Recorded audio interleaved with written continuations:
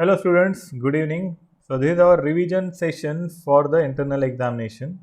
So we will see here how to answer the short questions FAQs. Many students are approaching about how to write and how much to write. So let us have this revision for this internal. Next internal you have to answer by yourself. Right. So let us have a brief discussion on the short answer question. Part A will be short answers. So we will share question paper in your group and you have to write the answers on given format.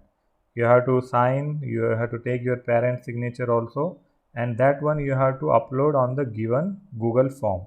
That also we will share. So for short answers, very brief or very small answer is expected. For every question there will be 2 marks. So how we watch the videos and how we represent it on paper, that we will focus on. Say question 1 is draw energy band diagram of an intrinsic semiconductor and define Fermi level. So while watching videos, we use many animations. Like for understanding this concept, we have used the various bands. Say this is the bottom one is the valence band. So let us use an highlighter. So highlighter size I will increase or I will use the laser pointer. Yeah. So this one is the valence band. The energy associated with it is valence energy EV. Similarly, conduction band is there. Electrons will always present on the in the valence band, and those electrons should get sufficient energy to move to conduction band. Then only they start conducting. That means then only current flows. So this energy which is required by these charges to move to next level is called as energy gap, and that particular diagram is energy band diagram. And for silicon this particular gap is 1.2 electron volt, right? So what will happen when we give sufficient energy? Electrons will go to conduction band and they will move. But this is animation we use to understand it in depth, because from textbook diagrams we may not understand it directly, but while writing we cannot use it. For writing in exam we have to draw some diagram like this, right? So we have to show the electron energy, a gap, Eg is energy gap, Ev is valence energy.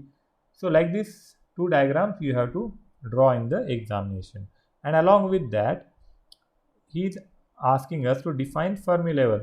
So the simple definition we can write in one line, that the probability of occupation of energy levels in valence band and conduction band is called as the Fermi level. So for intrinsic it lies at the center. We will not go in the detail in videos, you can watch the details, but for this particular expected question this diagram and this much answer is required, so that you can get complete 2 marks. So next question is draw the diagram of p-n junction formation. So when it says p-n junction formation, we have to focus on the production of depletion region. So only this one diagram is expected. There are two things, symbol and the structure. When is asking us to define the junction formation, then we have to draw the structure, not the symbol of particular diode. So this particular diode with p type and n type along with the diffusion levels is expected in the answer. So only if you draw the neat diagram you will get 2 marks. Next, third question is draw the diagram of forward bias of p-n junction diode. So let us correct it. This one is forward bias. Yes. So this is the forward bias of the junction diode.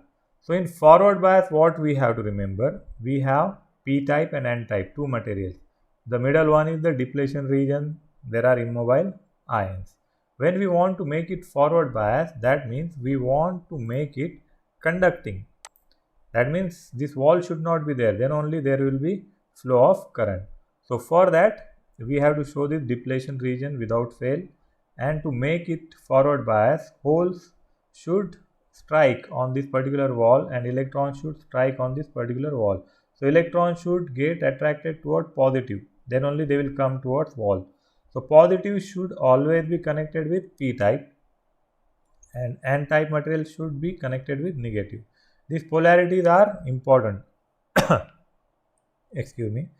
The positive side is the bigger line, negative side is smaller line. If you draw the same parallel lines, it may be a mistake. So you should be careful about drawing the battery. Positive side is bigger, negative side is smaller, right? So if you draw this diagram, in place of holes, you can show simple circles, and in place of electron, circle with one minus sign, right? So next question is, what is Zener and avalanche breakdown? Breakdown means when diode gets damaged due to the excess amount of electric field. So there are two types of breakdowns. One is Zener breakdown, another one is avalanche breakdown. Zener breakdown is a result of the large electric field inside the depletion region that breaks electrons or holes off their covalent bonds. Right? There will be multiplication of electrons, and avalanche breakdown is the result of electrons or holes colliding with the fixed ions inside the depletion region, and then they release the additional electrons. So if some similar concept, if you explain in your own language for Zener diode and avalanche breakdown, you will get the mark. So you have to concentrate on the breaking, how they break. One is due to electric field, one is due to the collision of electrons on the atoms. They collide and they release more electrons. So this is expected in Zener and avalanche breakdown. Next question is, draw the VI characteristic of a practical PN junction diode. In PN junction diode, we have to show graph between current and voltage. Many students in examination, while we check the paper, we observe they replace it. Few students show voltage here and current here. So you have to remember that voltage should be on this horizontal line and current should be on this vertical line, right? One is forward bias characteristic, and this one, the third quadrant, is reverse bias characteristic. These two you have to remember. This graph you have to practice. This is very important. There will be one breakdown voltage. That point is called as Ni. For silicon it is 0.7. For germanium it is 0.3. This one also you have to remember. So this diagram is important. This is symbol, this is structure, this is optional. This part is optional. So this, even if you don't draw, then there is no problem, right? So this one is optional. This part you can draw or skip, but you have to show the forward bias and reverse bias. This one is expected. Then draw the circuit symbol of diode, PN junction, NPN, PNP transistor and Zener diode. So this is PN junction diode, you have to draw like this. Zener diode, you have to show some Z structure. Both of them are same. You can draw horizontal diagram also. You have to show one triangle followed by one line, right? This is about the diodes, and these are NPN and PNP transistor. Here one more thing, most of the students, they make confusion mistake in the arrow. If arrow is wrong, your all marks will go in the final examination. For NPN transistor, always remember emitter goes out. The arrow goes out, base, collector, emitter. For NPN, arrow goes out. For PNP, arrow goes inside. C and E you can replace. You can show E here, but you are, then in that case you have to show arrow here, and this should be blank. This can be C and this can also be E. So these symbols you have to remember. The next question is ripple factor of a rectifier.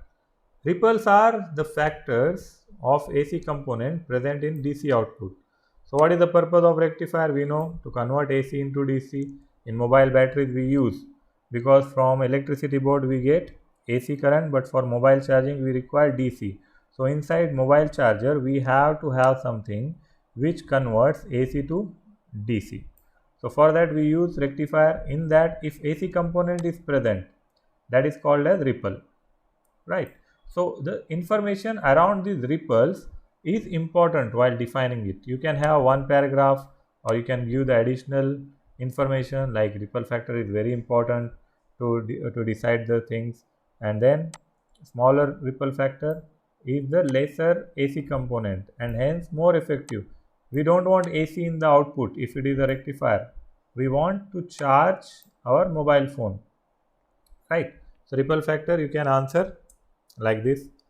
Then eighth one is draw structure of NPN transistor with common base configuration. We have three configuration. One is common base, common emitter and common collector. Here we can show the structure or symbol both NPN. So the middle one is always base. Emitter and collector you can show either way. So emitter and collector both are connected with base. Base is part of input side also and base is part of output side also. Polarities are very important here. For input side we have to make it forward bias. So for making forward bias we have to connect the positive with this positive and this N with this negative. So this diagram you have to practice. I think P connected with P, N connected with N, then we get forward bias. This one should be reverse bias. Here we are applying a heavy battery, so that's why more linings are there. Positive is bigger line, negative is smaller line. You have to remember this. So this is about SAQs. Now I will share the question and the brief part of explanation of the long answers from the previous videos at one place, so that you can watch or you can revise everything in single video.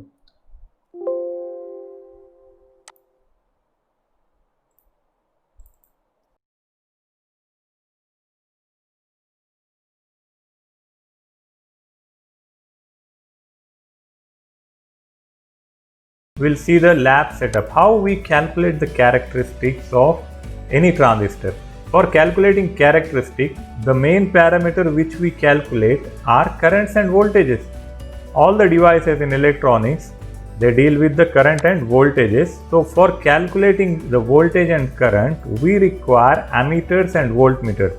So if I have to calculate the input characteristic, this one is common ammeter configuration. Right, this is the example of common ammeter configuration, where ammeter is common between input side and output side. The reason we have discussed in the previous sessions. So input side characteristic are similar to diode, that also we have discussed. And how we calculate the graphs between the inputs and outputs? By taking ammeters and voltmeters. What we have to remember here, ammeter is always connected in the series. If I want to calculate it here, so I will connect this ammeter, this symbol A is showing ammeter. On ammeter we calculate the current. It is a device, practically we will see in practical session. It is a device which calculates the current, how much current is flowing in the input side at the base side. And another parameter is voltage. So voltage is calculated in parallel. We have to connect voltmeter to calculate voltage. That thing we connect across the input side in parallel. Similarly, if you have to calculate the output characteristic, voltage will be in parallel at output side and ammeter will be in series at the output side. These two meters will calculate the currents, right? Apart from that, we may have the base resistance, collector resistance, or even emitter resistances. Here we can see BC107. This is the number of that particular transistor. Manufacturers, they develop various ICs, transistors, and they give particular number to that particular device. Like in diodes, we have seen IN4007 is a number of that particular diode type. So this term is given by manufacturer, the company, they give it on the device. It is printed, so we need not bother about it. Just it is there so that we should not get confused. That's why we should know what is it. The next, we have to remember one more thing. Common ammeter is not the only configuration. We have three terminals for the transistor: base, emitter and collector. We can make any one terminal common. So in the first example, we can common the base, common base. Here base is common, and here we can see emitter is common like the previous session. And the most commonly used configuration is common ammeter. Most commonly used transistor is NPN. NPN transistor with common ammeter configuration is most commonly used. So what are the inputs and outputs? This we have already discussed in the previous session, and this one is common collector. All of you should be able to draw these diagrams properly. How to remember? The most common thing you have to remember that you have to keep your device in active region in most of the cases. While drawing it in examination, most of the time they ask about the active region. So what we have to do, we have to make junction 1 as forward bias and junction 2 as reverse bias. What is junction 1? That is emitter base junction. That means input side. Input side should be forward bias and output side, that is collector base junction or junction 2 should be reverse bias. Just now we have discussed about the junction. We have two junctions, one at input side, another one at output side. So these junctions must be in this particular condition: input forward bias, output reverse bias. These are all in active region. But if someone asks you to construct the device in cutoff region, what we have to do, just change the for reverse bias. Cutoff means off, reverse bias means off condition. So input and output side both should be off. So what you have to do for making it off? Right now it is forward bias. Just you change the polarity. Where there is plus, you make it minus. Wherever there is minus, you make it plus. It is about the polarity. To make anything positive or forward bias, you have to connect P type to positive terminal and N type to negative terminal. To make reverse bias, you have to connect P type to negative terminal and N type to positive terminal. That's it. It's very simple.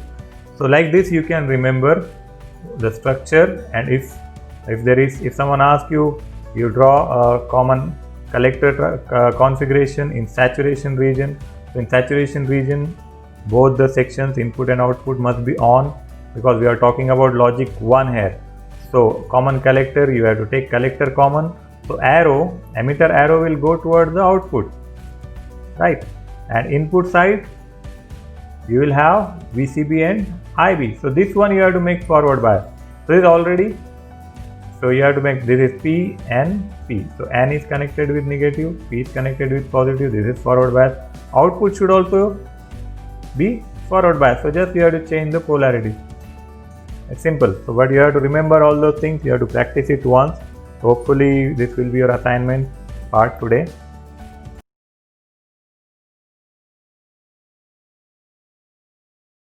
Here we can see the same structure. We will try to understand with different approach. Left side we have the input. For input, first will be the positive cycle. When this is positive, what will happen? D2 will become positive, D1 will become positive and D2 will become negative. When D1 is positive,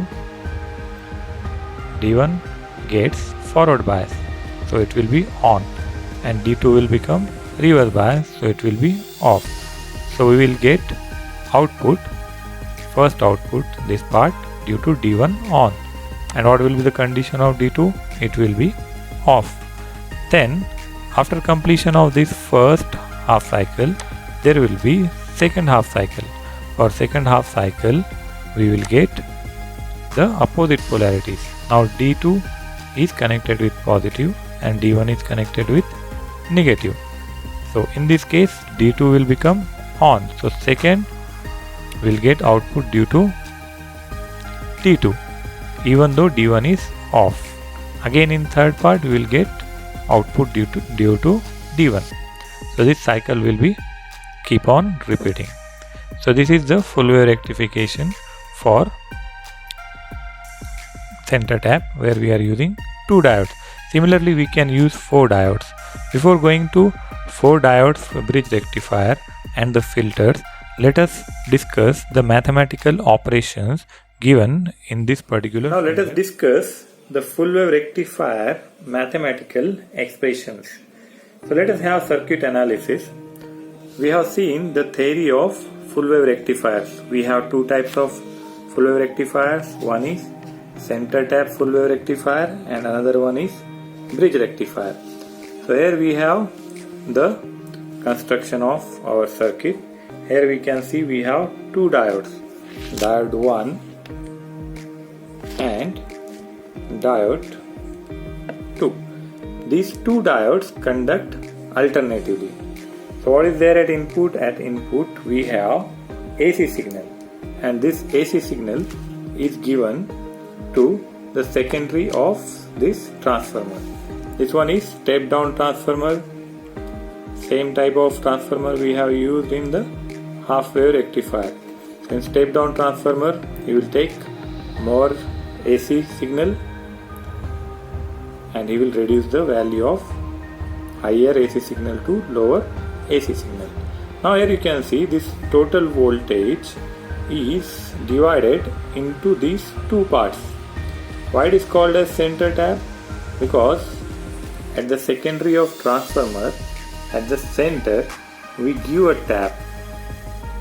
We give a connection here, and that D1 and D2 both are shorted together.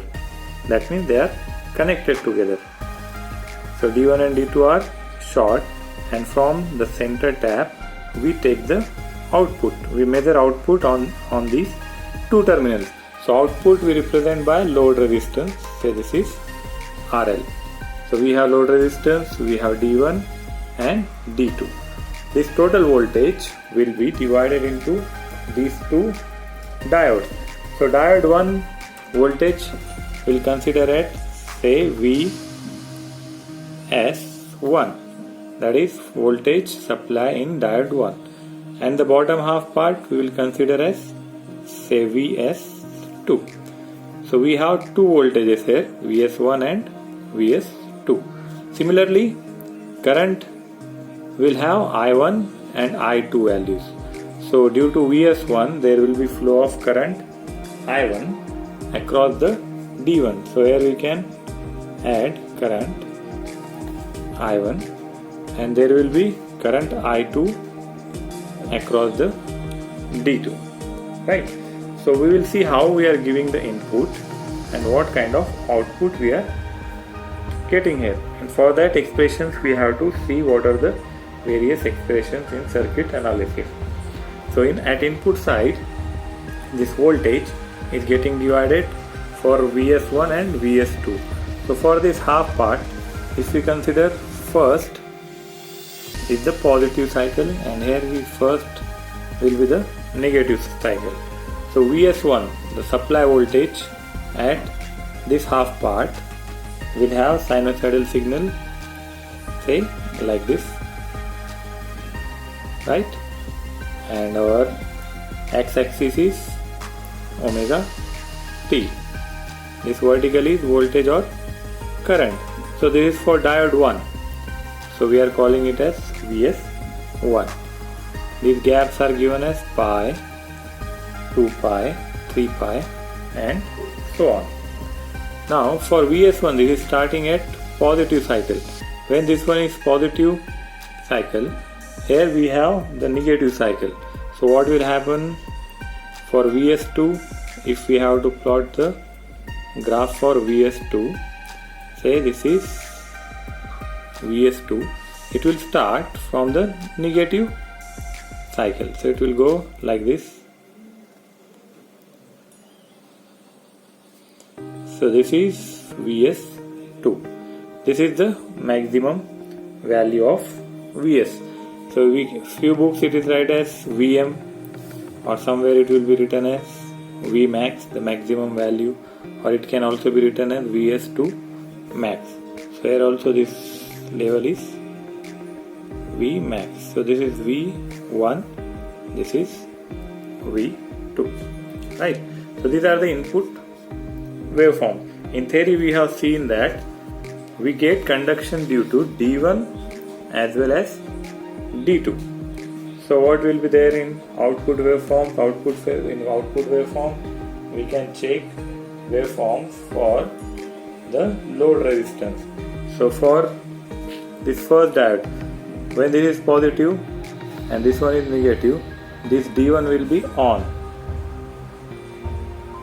and this D2 will be off.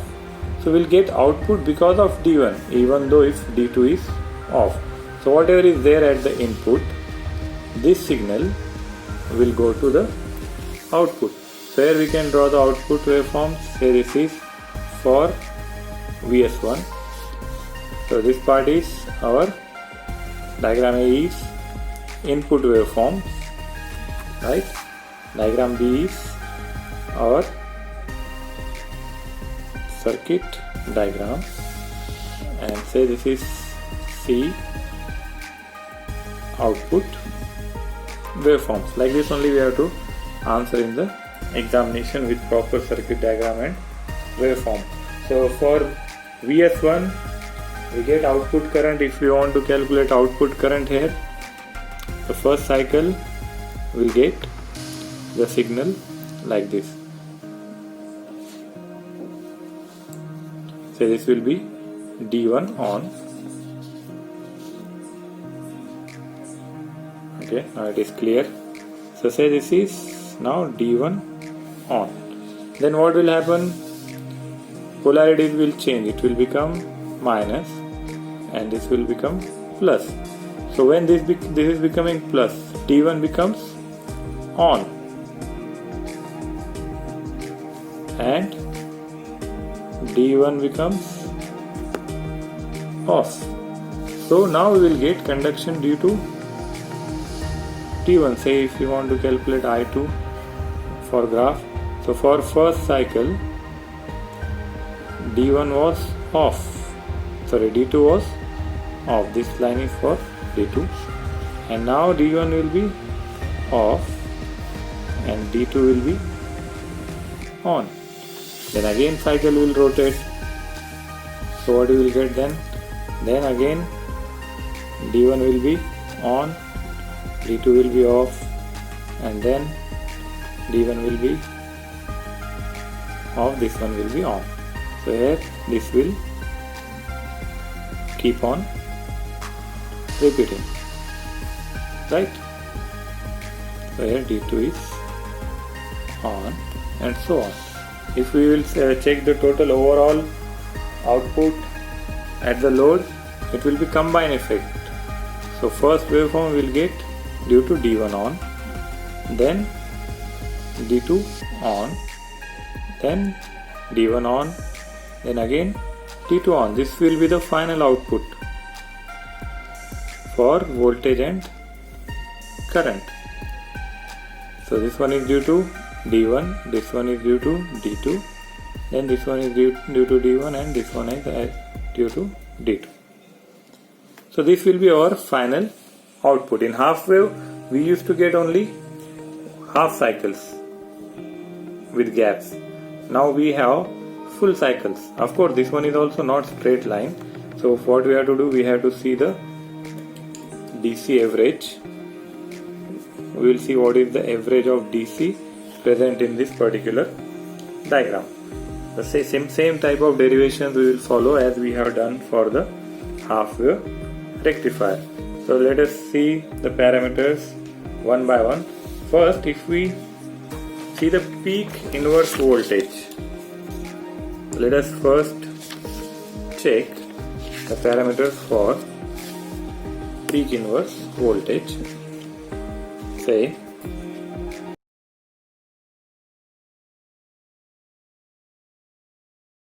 let us now discuss about the mathematical representations for half wave rectifier. So we know that we get AC supply from the electricity board. What is the value? Maximum value we get is 230 volt here, and this input voltage we give to transformer. Which type of transformer we are using here? We use step down transformer. So we are giving this input to step down transformer. So if this transformer rating is say 9 volt, so what he will do, he will take 230 AC volt alternating voltage. That means it is continuously changing with respect to time. This primary of step down transformer will take 230 volt, and at output he will give reduced value. Step down means it will reduce the value of this particular input voltage.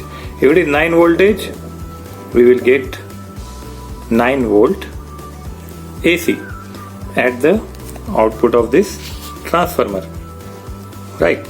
So if we consider this point as A and this point as B, So what will happen in alternating? We have positive negative cycles. So let us consider first positive cycle as we have seen in the animation. What will happen in first positive cycle? A will become positive, this B point will become negative. So now you see the P type of diode is connected to positive, and this particular cathode N type is connected to negative. So now this diode is in forward bias condition when in first cycle. So if it is in forward bias condition, that means it is on. If it is on, the complete input signal will go to output. What is input signal in positive half cycle? The first half cycle. So first half cycle will, as it is, go to the output. We are representing with as load resistor. So first positive cycle will be as it is, right? Now in second negative cycle at input, we change the input and we get changes in the output. So in negative cycle, what will happen? This A point will become minus and this B will become plus. So now what will be the condition for this diode? Diode anode is connected to negative, cathode is connected to positive. So it will go in reverse bias. In reverse bias, it will be off. So for next cycle, there will be no output. For this negative, say 0 to pi, we will get the output. Then pi to 2 pi, we will not get any output. It will be blank. So first cycle we got the output for positive. Then next negative we didn't get the output. Then again the cycle will repeat. It is alternating. Again the third cycle, it will be positive. So this will again become positive. This one will become negative. Diode will be forward bias. So we will get the output waveform. Again what will happen? Again it will go into reverse bias for the next cycle. Then again we will not get any output. Again after some time we'll get the output. So we get output waveform like this. This is our input and this is our output. As we discussed earlier, we have to use the filters for making them more DC. Right now it doesn't look like DC. It is not even nearer to DC. But we can calculate the average DC, how much average DC is present in this particular output waveform. If we want to take average, the average line will be somewhere in the middle where we can calculate the DC overall. Average DC we can calculate, that we will see mathematically, right? So for current and voltages, there will be same waveform, sinusoidal. Now we will see what are the mathematical parameters. Before that, let us see the actual diode. This is the diode, the actual diode. On diode we have one anode and cathode. So here you can see there is a silver band at the end. So this side is cathode, left side is anode. So left side is positive, right side is negative. If we talk about P and N type, this side, left side is P type, right side is N type.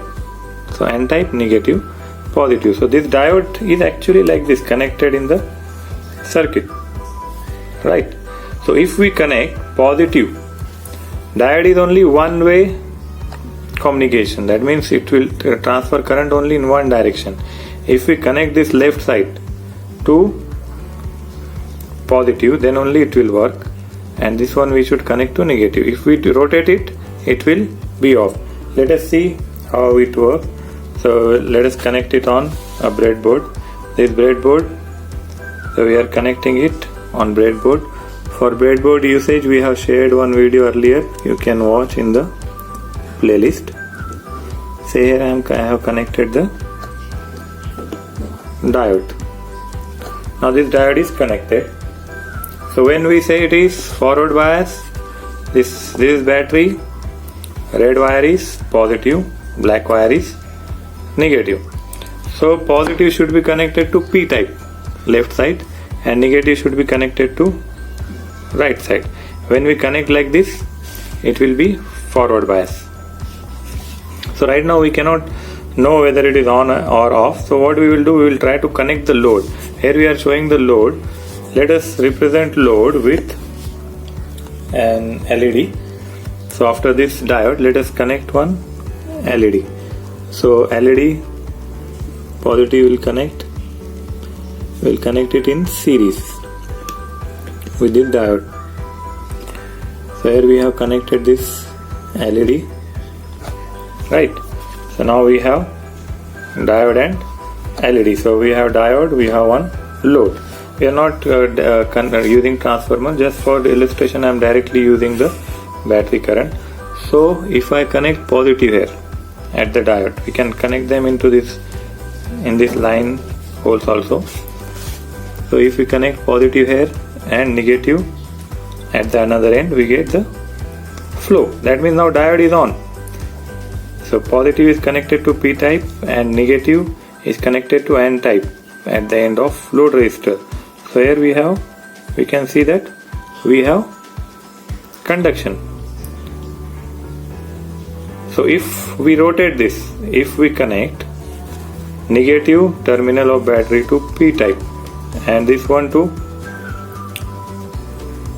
positive side, so if we rotate the polarities, what will happen?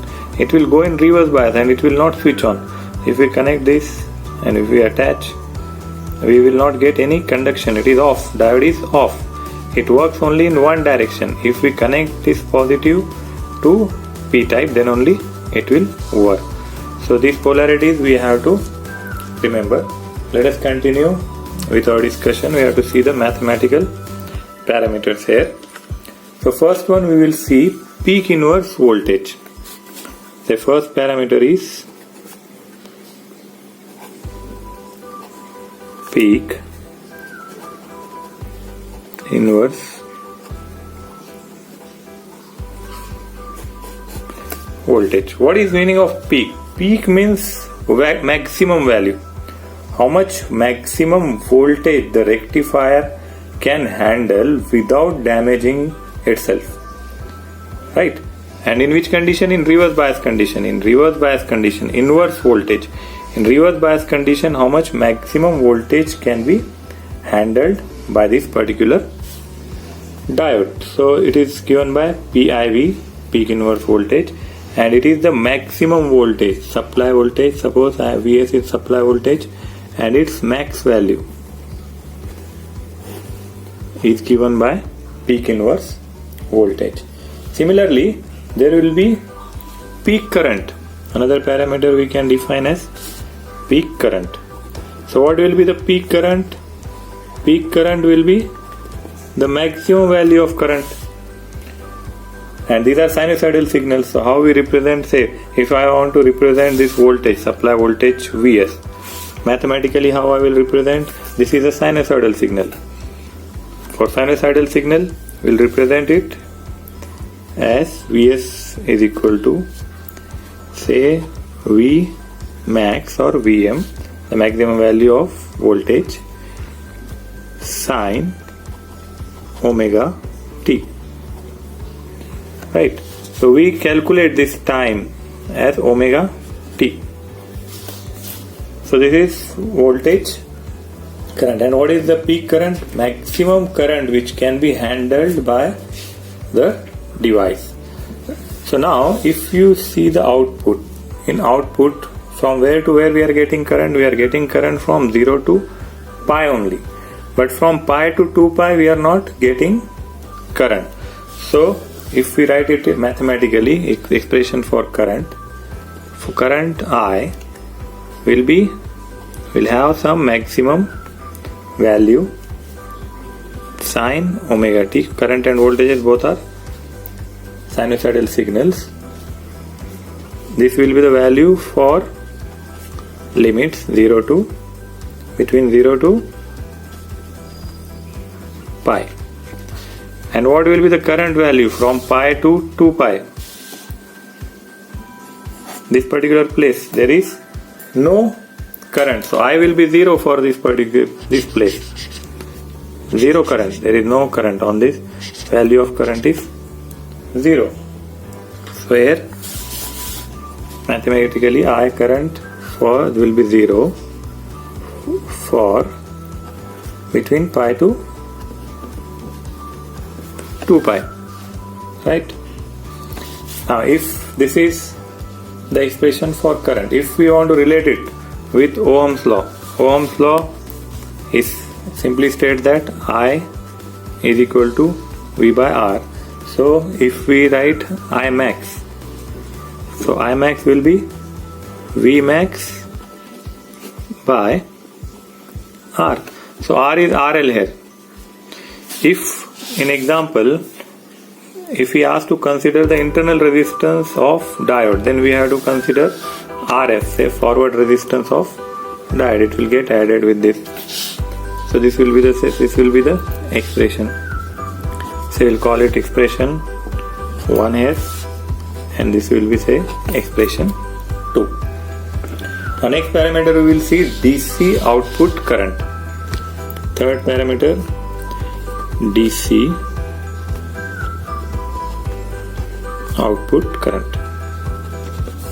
Now this is the output, DC output. How much DC component is present in this particular output, that we have to see. DC means how much straight line, but straight line we don't get actual straight line here. Move to the next concept. Here we will see the diode switching model.